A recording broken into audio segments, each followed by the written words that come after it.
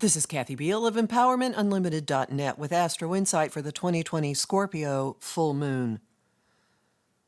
The full moon takes place on May 7th, 2020 at 3:45 a.m. Pacific Daylight Time, 6:45 a.m. Eastern Daylight Time, 10:45 a.m. Greenwich Mean Time, at 17 degrees Taurus 20 minutes, 17 degrees Scorpio 20 minutes. A release point is here for all those emotions that have been stirring and swirling and surfacing recently. Whether you've been aware of them, overwhelmed by them, or pushing them back and soldiering on, they're finding expression and a way out under the Scorpio full moon. It's a perfect time for purging and letting go. The process doesn't have to be high drama, though there will, of course, be people who go that route. The potential is equally high for compassionate, loving, healing, and moving on. Triple strength. This event packs a supersized intensity. Any full moon brings emotional cresting, culmination, and harvest. The depth and drama are doubly so in the sign of Scorpio. It's intense by nature, tenacious and perceptive, naturally attuned to subterranean impulses, secrets, and all things hidden, treasure and otherwise. Add to this that the sign's ruler, Pluto, has been a relentless force all year behind the unstoppable changes we have been undergoing. Pluto is the lord of death and regeneration, cosmic agent of unavoidable change, and overseer of those hidden places. This moon is dredging up deep and complex reactions to his activity this year, from his reality restructuring meeting in January with Saturn, Lord of Order and Responsibility, to his ongoing travels with expansive Jupiter, amplifying the restructuring and metamorphosis. And add to all that the moon's unusual proximity to the Earth. May's Scorpio full moon is a supermoon, because the moon is closest to the Earth at her perigee.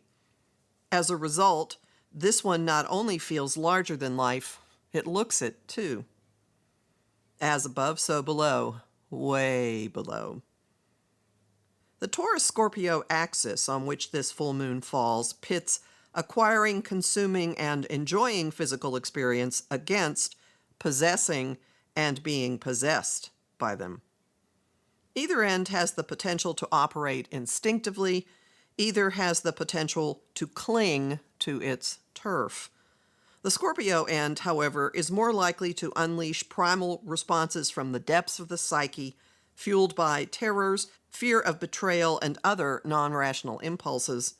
The Scorpio end is also more likely to ultimately let go and transform. A lot of what lies beneath has been coming more to the surface this year. Pathways have opened under Jupiter and Pluto's travels. For many people, life has slowed and distractions have disappeared that previously jammed transmissions from the depths. They are nigh on impossible to ignore right now, and this full moon is bringing much to an inescapable head. The result may be inevitable, but it doesn't have to be the stuff of tabloid headlines. The Scorpio end has an open link to transcendence and an elevated, loving, and forgiving perspective. A trine from the moon to Neptune is bridging our deepest and highest potentials.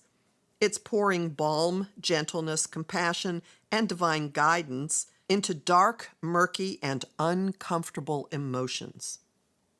The potential exists for understanding, grasping, and communicating this process, and even creating art from it. Messenger god Mercury is in a sextile or opportunity aspect to Neptune. These two could also confuse situations, of course. Mercury is a trickster and game player. Neptune's escapist dominion includes illusion, delusion, and deceit.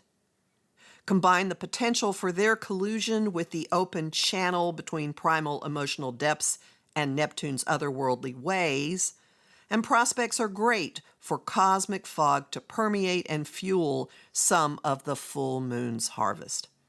Misinformation or misperception, could send someone's worst fears or instincts to a breaking point. If you find yourself heading in that direction, check in with your body, Sun and Mercury in Taurus, and with your gut, Moon in Scorpio, and then with higher guidance, Neptune in Pisces. What feels like knowing? What feels like certainty? Some of the purging or releasing will happen effortlessly. Much of it will feel for the best in the long run, and maybe heaven sent as it happens. Despite the strong subconscious component of this full moon, you do not have to be at its mercy. If there's anything you want to transform, transmute, or terminate, this moon delivers the tools for you. Writing out what you want to release and burning it is appropriate for any full moon. Since this one is in water and also fueled by water, consider flushing the ashes of burnt writings down the toilet. You could also treat a shower as a ceremony for release.